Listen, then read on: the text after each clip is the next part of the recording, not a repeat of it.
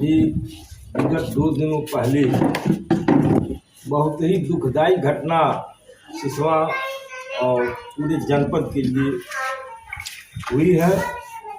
जो यहाँ के होनहार युवा वैज्ञानिक थे राहुल सिंह, उनकी हत्या लखनऊ के एक होटल में हो गई संदिग्ध परिस्थितियों में। उसमें भी हम उनके घर पहुँचे थे और बड़ा ही दुखदायी दृश्य था। उनके परिजन माता पिता जहां मार कर रो रहे थे कि उनका एक होनहार बेटा जो है असमय में छिन गया। अकाल मृत्यु, इसको कहिए हत्या कहिए जो भी कहिए। और सबसे दुखदायी बात यह है कि अभी तक उनके परिजनों को सरकार द्वारा कोई सहायता उपलब्ध नहीं कराई गई, न जांच में तेजी दिखाई गई। और इसमें जैसा कि राहुल सिंह के पूर्व के आवेदन पत्रों से सिद्ध है, बड़े लोगों का हाथ, जो बहुत ही पहुँचे हुए और बड़े लोग हैं जिन तक पुलिस का पहुँच पाना असंभव है। इस नाते इसमें सबसे जरूरी यह है कि निष्पक्ष जांच हो, सीबीआई जांच हो, ताकि दूध का दूध और पानी का पानी हो सके। 12 जून को राहुल सिंह एडीजी जोन गोरखपुर को अपना आवेदन पत्र देते हैं एफआईआर दर्ज करने के लिए, और 3 पन्ने का पूरा विस्तृत घटनाक्रम उसमें लिखा जाता है। और एडीजी जोन उसी दिन आदेश भी करते हैं बस्ती पुलिस को कि इसकी तुरंत जो है एक्शन लिया जाए और रिपोर्ट हमको किया जाए। लेकिन उसके एक दिन बाद ही उल्टे 14 तारीख को राहुल सिंह पर ही मुकदमा दर्ज हो जाता है। जिन पर यह आरोप लगाए थे उन लोगों के द्वारा ही इन्हीं पर मुकदमा दर्ज हो जाता है। यानी राहुल सिंह ने जब अपना प्रार्थना पत्र दिया तो उस पार्टी को पुलिस ने बता दिया होगा। उन्होंने पहले क्योंकि पहुंच वाले थे, उनका एफआईआर दर्ज हो गया और इनका 1 महीने में भी नहीं हुआ। खासियत यह है कि ये भी नहीं हुआ कि चला तो एफआईआर दर्ज हुआ, 1 महीने में भी नहीं हुआ और उसको रद्दी की टोकरी में डाल दिया गया। और उसका परिणाम इस भयावह रूप में आया कि राहुल सिंह की संदिग्ध परिस्थितियों में हत्या हो गई। बहुत ही सातिर दिमाग से और चालाक लोगों द्वारा इस हत्या को अंजाम दिया गया है। क्योंकि जो परिस्थितियां थी होटल की, जैसा कि समाचार पत्रों के माध्यम से, मीडिया के माध्यम से मालूम हुआ कि मृत्यु पूर्व जो है 2-3 बार उल्टियाँ हुई। और उल्टियाँ जो है जहाँ खोरी के ही केस में होती हैं, ऐसे नहीं होता है। तो उनको हो सकता है भोजन में ही किसी होटल कर्मी के द्वारा ही दिलवा दिया गया हो पॉइजन, या कहीं से भी उनको पॉइजन खिलाया गया, जिसके नाते उनको उल्टियाँ भी हुई और अंततोगत्वा मृत्यु हो गई। इसमें हमने सीबीआई जांच की मांग किया है।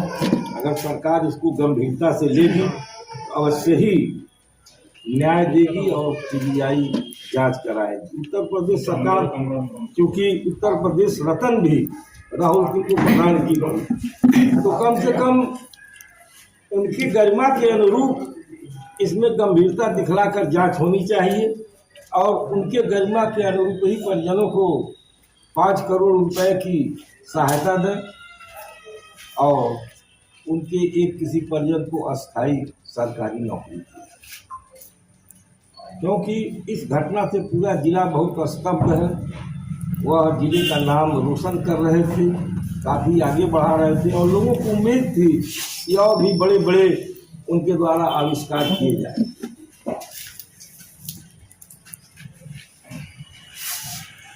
इसके साथ आप लोग देख ही रहे हैं कि सिसवा का विकास अवरुद्ध है।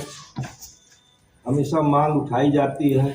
अभी एक बहुत बड़ा आंदोलन यहाँ के आम नागरिकों द्वारा, व्यापारियों द्वारा किया गया था। बहुत ही ऐतिहासिक बंदी की गई थी कि यहाँ सिसवा बाजार को तहसील का दर्जा दिया गया, लेकिन उसके बावजूद सरकार ने उसको अनसुना कर दिया। जब चुनाव आता है तो ये लोग झूठे वादे करते हैं, तब कहेंगे हम तहसील बना देंगे, जिला बना देंगे, वोट लिए फिर भूल गए। चुनाव में जब वादा किए हैं, वो भी केंद्रीय मंत्री स्मृति ईरानी द्वारा वादा किया गया, तो उसका कुछ तो वैल्यू रखना चाहिए। या तो आप वादा मत कीजिए, झूठ बोल के वोट मत लीजिए, और नहीं वोट लिए हैं उसको मुद्दा बनाकर तो उसको पूरा कीजिए। लेकिन अगर नहीं पूरा करते हैं, 9 साल 9.5 साल तो हो गया, पूरा नहीं किया, अब क्या पूरा करेंगे? अगर फिर घोषणा भी करेंगे तो झूठी घोषणा करेंगे। तो यह निश्चित है कि हम जो है सिसवा बाजार को तहसील का दर्जा 2027 में सरकार बनने पर अवश्य दिलवाएंगे, क्योंकि सिसवा बाजार से मेरा बहुत लगाव है। मेरा जन्म सिसवा बाजार का ही है, अमरपुरवा टोले का। तिलकधारी बाबा जिस मकान में रहते हैं, ठीक उन्हीं के सामने मकान था उस समय, वहाँ रहे हैं, वहीं जन्म है। यही प्राइमरी स्कूल में, स्टेट के सामने जो प्राइमरी स्कूल है, दर्जा 3 तक की शिक्षा हमारी हुई है। 1962 की बाढ़ भी मैंने देखा है। यहाँ जो मिट्टी की कच्ची सड़कें होती थी वो भी मैंने देखा है। जो बैलगाड़ियाँ गन्नों की चलती थी वो भी हमने देखा। ऐसी धूल मट्टी में हम बड़े हैं, तो मुझको बहुत लगाव भी है सिसवा से। और इसी नाते मैं यहाँ से विधायकी का चुनाव लड़ने का निर्णय ले लिया कि अपने जन्म स्थान से ही हम लड़ेंगे। यदि हमको मौका मिलता है और नहीं भी मौका मिलता है, अगर सरकार भी बन जाती है तो भी हम संकल्प है कि माननीय अखिलेश यादव जी से आग्रह करके, हट करके, जो भी होगा करके, और सिसवा को तहसील का दर्जा दिला। क्योंकि हम लोग झूठ बोलकर कभी वोट नहीं लेते। आप लोगों को मालूम है कि 10 साल पहले यहाँ सप्त क्रांति नहीं रुकती थी, और भी 2-1 ट्रेनें नहीं रुकती थी। उसकी पहल भी हम ही लोगों के द्वारा की गई और सप्त क्रांति यहाँ रुकवाई गई। तो हम लोग सिसवा के विकास में कोई कमी नहीं छोड़ेंगे। इस समय जो भी विकास काम हो रहे हैं वो केवल कहने के लिए हो रहे हैं, अस्थायी नहीं है। सभी 2-4 साल में, 6 महीने में ध्वस्त हो जा रहा है। भ्रष्टाचार का बोलबाला है, खुलेआम 45% कमीशन खोरी की जा रही है। इसी का नतीजा है, देखें, जो करोड़ों रुपयों से टंकियां पानी की बन रही हैं, 3-4 टंकियां प्रदेश में ध्वस्त हो चुकी हैं। अभी कोल्हुई के पास जो ये अमृत सरोवर बन रहा है, इसका गेट बना था बड़ा, उठा गया, एक बच्चा 12 साल का दर्द से मर गया। जितने भी अमृत सरोवर ये बनाए हैं सबका यही हाल है। वो 4-5 साल भी नहीं चल सकते, चाहे उसका तल बनाए हो, चाहे सीढ़ी बनाए हो, सब ढह जा रहा है।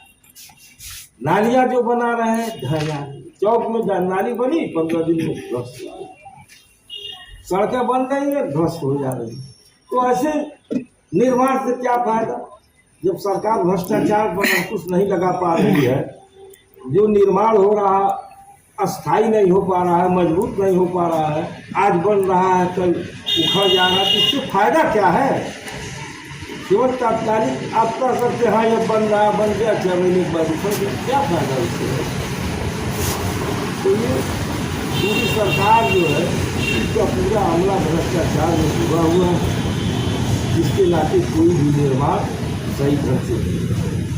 सभी ग्रामीण सड़कों की हालत बहुत ही दयनीय है, और यही कारण है कि सिसवा विधानसभा में एक्सीडेंट बहुत ज़्यादा होते हैं। आए दिन मोटरसाइकिल और 4 पहिया वाले एक्सीडेंट के चलते मर रहे, और उनको कोई पूछने वाला नहीं है, उनको कोई सहायता नहीं दी जाती। यहाँ तक कि एक ट्रामा सेंटर तक नहीं है कि एक्सीडेंट इतने ज़्यादा हो रहे हैं।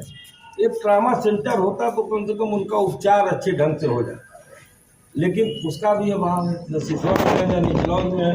किसी हॉस्पिटल में जाएंगे तुरंत रेफर करेंगे, सबसे दर्दनाक ये तो सदर में रेफर करेंगे और सदर वाले मेडिकल में रेफर करेंगे।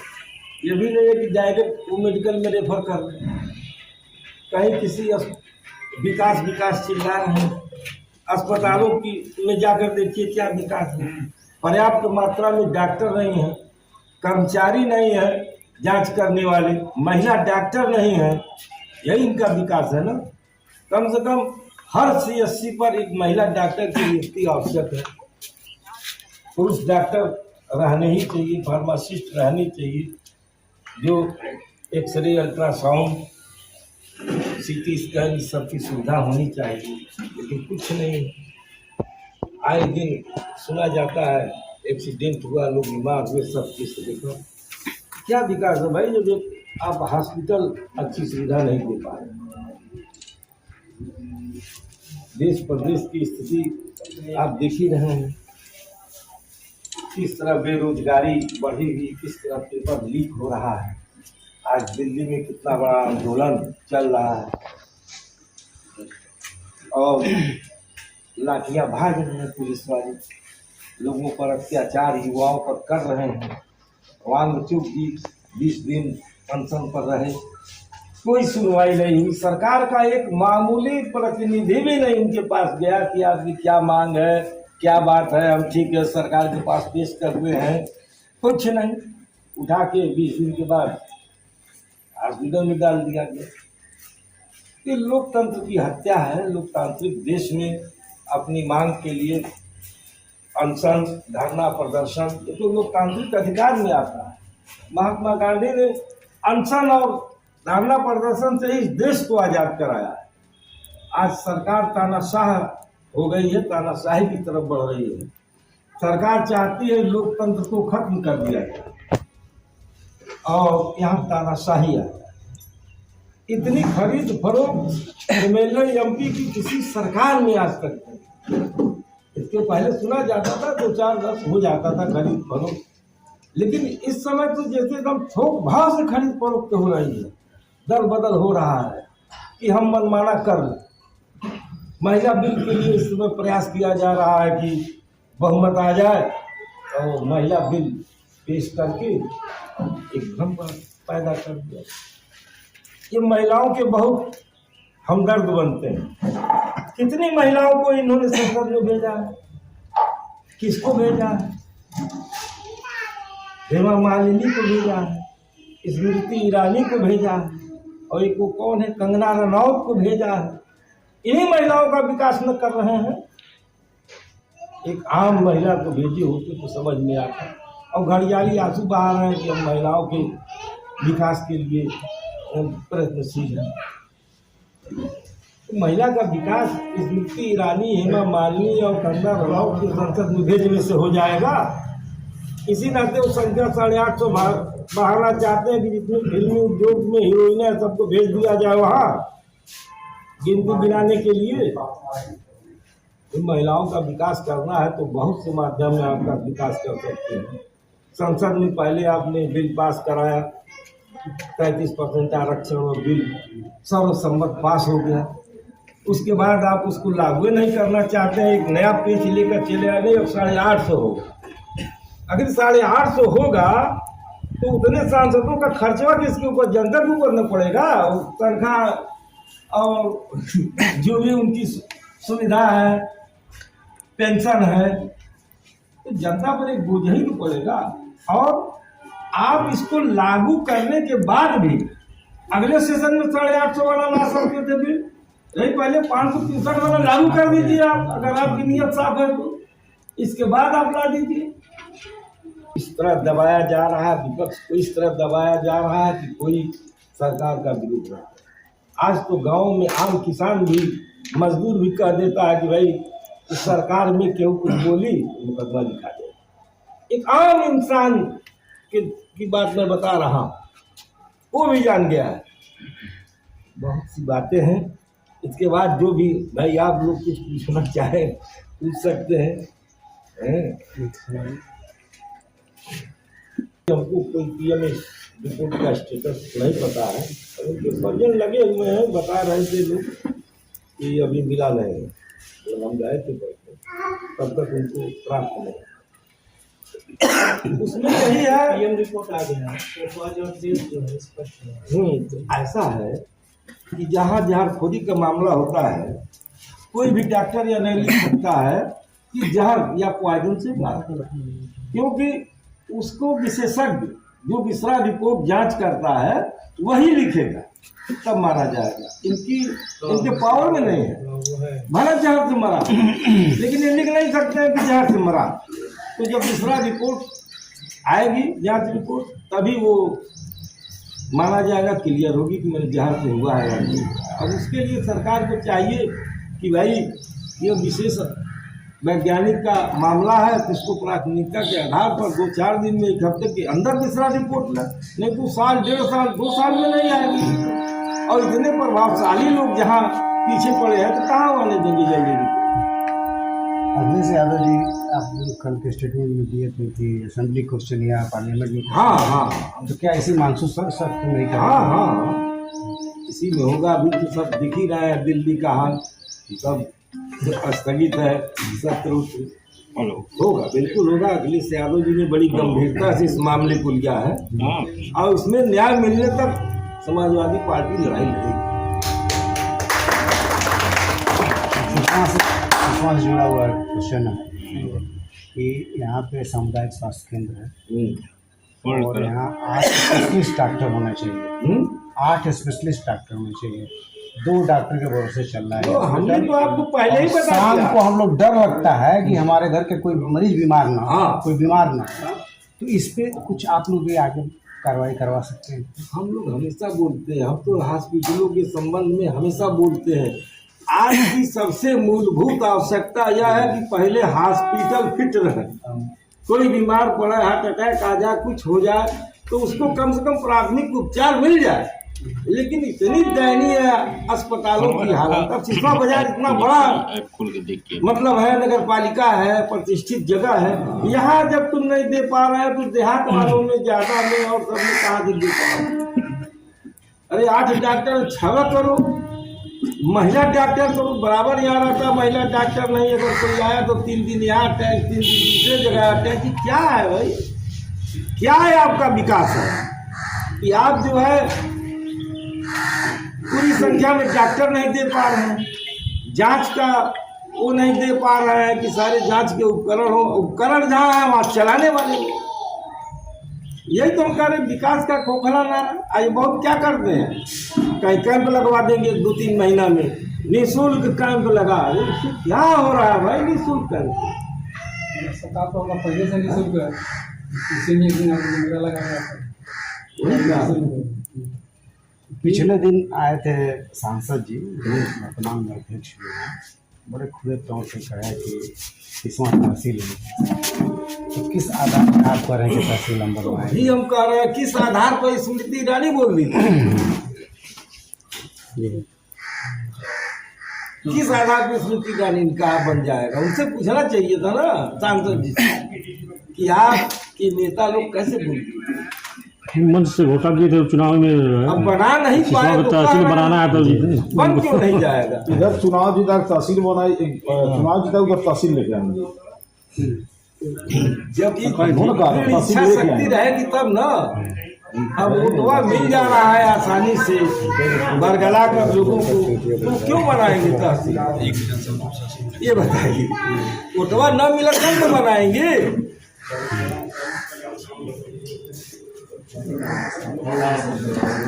सर, एक किसान के ऊपर जो है पूरा देश डिपेंड होता है किसान के ऊपर, लेकिन एक बोरे यूरिया 266 की जगह 500 में बिक रहा है, जबकि कमी भी हो जा रही है। और अपने वहाँ जो है दारू की कमी नहीं हो रही होती है। भाई दारू में जो है बहुत ज़्यादा टैक्स मिल रहा है सरकार को, है 10 रुपये दारू में 40 रुपये टैक्स लिया जा रहा है, तो वो उपलब्ध है, उसके लिए प्रचार भी हो रहा है, जगह जगह दुकानें खुल गई हैं। और यूरिया में क्या है कि सरकार को थोड़ा घाटा जा रहा है। अब तो और जो भी पेट्रोलियम पदार्थ है, यूरिया वगैरह भी उन्हीं से बनती है, उनका हालत आप देख ही लिए। और यूरिया का परेशानी यहाँ मैं बहुत पहले से देख रहा हूँ, इसके पहले वाले सीजन में आपकी सभ्या का रमा शंकर चौरसिया गए थे साधन सहकारी समिति पर खाद लेने, और नियम यह है कि भाई उनको निकाल के बोरा आप बाहर देंगे, तो वो कर्मचारी नहीं रखेंगे। सचिव ने भेज दिया, जाओ निकाल लो। वो 60 साल के व्यक्ति, कोई नौजवान भी रहता तो जब उधर छल्ली गिर जाएगा बचेगा कहाँ। उसके बाद लिपा पोती भी लगे करने की, कोई हार्ट अटैक से नहीं। बताइए, पूरा खाद का भूरी छल्ली गिर गया, उसको आप लिपा पोती कर रहे हैं। इसमें भी हम आए थे, आवाज़ उठवाए थे, माननीय अखिलेश यादव जी को भी कहे थे, उन्होंने भी 1 लाख रुपए की सहायता भिजवाया था। 10,000 हमने भी मौके पर जाकर सहायता दिया था, बहुत गरीब परिवार था। लेकिन उससे भी इन लोगों को कोई सीख नहीं। सरकार इस समय पूरी तरह फेल है। आगे आने वाले 6 महीने और भी चुनौतीपूर्ण है। अर्थव्यवस्था एकदम फेल चल रही है। ये कुछ नहीं उपलब्ध करा पाएंगे, केवल ढिढोरा पीटेंगे, नगारा पीटेंगे, हाँ सब कुछ ठीक है। उनके नज़र में सब ठीक है तो सब ठीक है बस। नल जल योजना सर 2 साल के लिए प्रोजेक्ट था, अभी तक कोई कहीं किसी गांव में कंप्लीट नहीं हुआ। नहीं होगा, जिनको ठेका दे दिया वो भी नहीं पूरा करेंगे। कमीशनवा ले लिया लोग तगड़ा ना, क्या किया जाएगा। आजकल कितनी जगह एडवांस भुगतान हो जा रहा है, निर्माण नहीं हो रहा। अभी जांच हो सब मालूम होगा, कई प्रोजेक्ट मालूम हुआ भुगतान हो गया है और जो है काम हुआ ही नहीं। भ्रष्टाचार पर कोई अंकुश नहीं। अब आप लोग तो खुद मीडिया में आवाज़ उठाते हैं, क्या है अंकुश है बताइए। क्या भ्रष्टाचार की आवाज़ आप लोग नहीं उठाते हैं? बहुत उठाते हैं, आए दिन हम देखते हैं। एक कोई अंकुश नहीं है, क्योंकि ऊपर से ही अंकुश लगेगा ना। जब नेता और अधिकारी सारे मिल के खा रहे हैं, कौन अंकुश लगाएगा? और जो बोलेगा उसी पर अंकुश लगाया जाएगा। गलत बोल रहा है, क्यों बोल रहा है?